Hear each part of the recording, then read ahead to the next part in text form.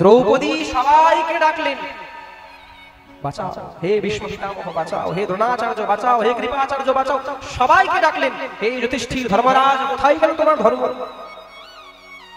হে গঙ্গা পুত্র ভীষ্ম, তোমার ব্রহ্মচারণ ধারণ করা আজ ব্যর্থ হয়ে গেল। তুমি কি তোমার কুলবধূকে নিবস্ত্র অবস্থায় দেখার জন্য ব্রহ্মচারী ধারণ করেছিলে? হে অর্জুন, তোমার গান্ডীবের শব্দ, যে গান্ডীব ধারণ করতেন ধনুষ, অর্জুনের ধনুকের নাম কি ছিল? গান্ডীব। ভোলেনাথের ধনুকের নাম কি? রামচন্দ্র কোন ধনুককে ভেঙেছিলেন? পিনাক। আর ভগবান শ্রী হরির ধনুকের নাম কি?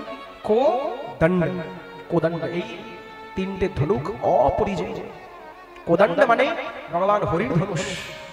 ভোলেনাথের ধনুষের নাম কি? পিনাক। পিনাকে ধারী বলা হয় ভোলেনাথকে। আর গান্ডীব, হে অর্জুন, যে গান্ডীবের টঙ্কার শব্দ দেবতাদের সিংহাসন কাঁপিয়ে দেয়, আজ তোমার গান্ডীব ধারণ করা ব্যর্থ। তোমার স্ত্রী আজ সামনে নিবস্ত্রা আছেন, তুমি তবুও মিথ্যা ধর্মের আঁচলকে মাথায় ঢেকে বসে রয়েছ, কেউ আসলে না। যখন সমর্পণ তার জন্য হয়, তখন সর্বসমর্পণ করতে হয়। দ্রৌপদী এক হাত দিয়েছিলেন বুকের মধ্যে, হে কৃষ্ণ। তখন খেয়াল এসেছে, আমি কাকে ডাকছি? আমি তাকে ডাকছি যে হাতিকে উদ্ধার করেছে,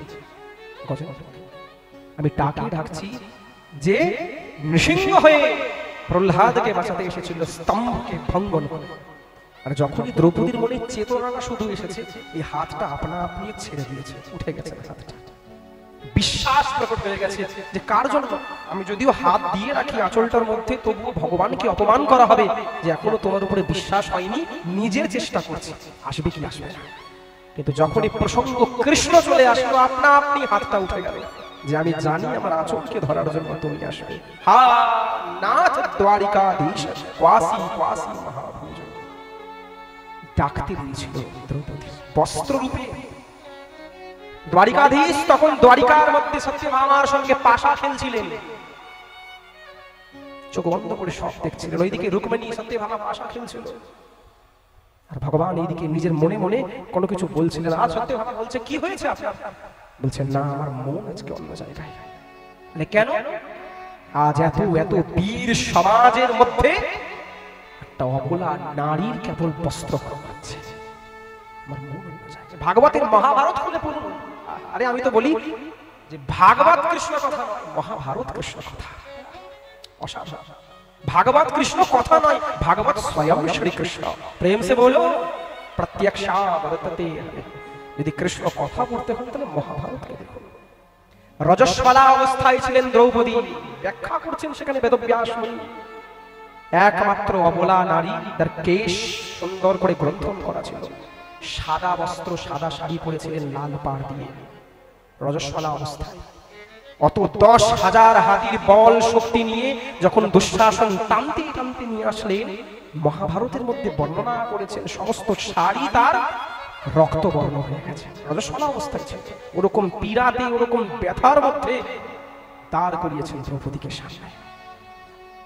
তখন মনে পড়েছে কেউ কারো না, একমাত্র সে।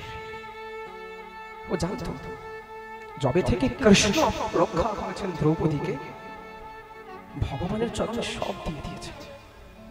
যখন দুর্যোধন দ্রৌপদীকে বলছেন, আরে দ্রৌপদী, 5-5টা স্বামীর সঙ্গে থাকতে পারে, নিজের জঙ্ঘাকে অনাবৃত করে এখান থেকে জঙ্ঘা জান অব্দি ধুতি উঠিয়ে বলছেন, জঙ্ঘার মধ্যে বসাও আমার। যে 5-5টা স্বামীর সঙ্গে থাকতে পারে, সে আমার জঙ্ঘার মধ্যে বসতে তো কোনো অপরাধ নেই। দ্রৌপদীর নাম যজ্ঞসেনী, যে যজ্ঞ থেকে প্রকট হয়েছে। ভগবান শ্রীকৃষ্ণ মাতৃগর্ভে এসেছিলেন, কিন্তু দ্রৌপদী যজ্ঞোদ্ভবা, যজ্ঞ থেকে প্রকট হয়েছেন। দ্রৌপদী যদি চাইতেন, তার চোখের জলটা শুধু হাতে নিয়ে যদি হস্তিনাপুরে একবার মারতেন, যেটা হস্তিনাপুর জলে অগ্নিতে ধ্বংস হয়ে যেত, কিন্তু করেন না, অগ্নি থেকে প্রকট হয়েছে। ভীম যখন শুনলেন, এই জন্য ভগবান ভীমকে বেশি ভালোবাসতেন। অর্জুনেরকে তো সমর্পণের জন্য রক্ষা করতেন, কিন্তু ভালো সবসময় ভীমকে বাসতেন, সবসময়। কেন? সবাই যখন চুপ করেছিল, যখন যেই দুর্যোধন বলল আমার জঙ্ঘার মধ্যে বসাও, ভীম আর থাকতে না পেরে গদা নিয়ে প্রকট হয়েছিলেন যে আমি এখন বাসচালে এখানে যতজন বসে রয়েছে সমস্ত সম্বন্ধ ভুলে গিয়ে ধ্বংস করে দিল। আর কৃষ্ণ দ্বারিকায় বসে তালি মারলেন। এই না হলো বীর, এই হলো ভীম। ভীম, তাই জন্য গীতার মধ্যে বলেছেন ভগবান সমস্ত পাণ্ডব কৃষ্ণের কথা শুনত, কিন্তু কৃষ্ণ মাঝে মধ্যে ভীমের কথাও শুনত। কেন? ভীম ব্রহ্মচারী ছিল। ব্রহ্মচারী মানে শুধুমাত্র নিজের ব্রহ্মকে চারণ করা নয়, শুধুমাত্র নিজের বীর্যকে ধারণ করা নয়। ব্রহ্মচারী মানে যে নিজের বীরকে, বীরত্বকে শুধুমাত্র নিজের স্ত্রীর কাছে ধারণ করতে রাখতে পারে, অন্য স্ত্রীর কাছে যেতে দেয় না, তাকে ব্রহ্মচারী বলে। রাম গার্হস্থ্য হয়ে ব্রহ্মচারী ছিলেন, যে ব্রহ্মকে চারণ করতে পারে। দ্রৌপদীর সামনে তখন ভারী সমাজের মধ্যে অর্জুন গিয়ে চরণে পড়ে গেলেন ভীমের। হে দাদা, ওরা চাই এটা যে তুমি সবার হাড় ঘোড় ভেঙে যত ভাই সবাইকে ধ্বংস করে দাও। কৌরব চাই এটা যে ভাইয়ে ভাইয়ে যুদ্ধ লেগে যায়, কিন্তু হে ভীম দাদা, তুমি এটা করো না। ভিতরে ভিতরে যাই থাকুক না কেন, মনে রাখবেন এই কথা, সমাজে কখনো যদি ভাই ভাইয়ের মধ্যে আলাদা দেখে নেই সমাজ, जो बटोगे तो कटोगे, प्रेम से बोलो। তাই জন্য ভিতরে বাড়িতে সংসারে যত অশান্তি থাকুক না কেন, সমাজের সামনে সব সময় দুই ভাইকে এক থাকতে হয়। প্রেম সে বলো।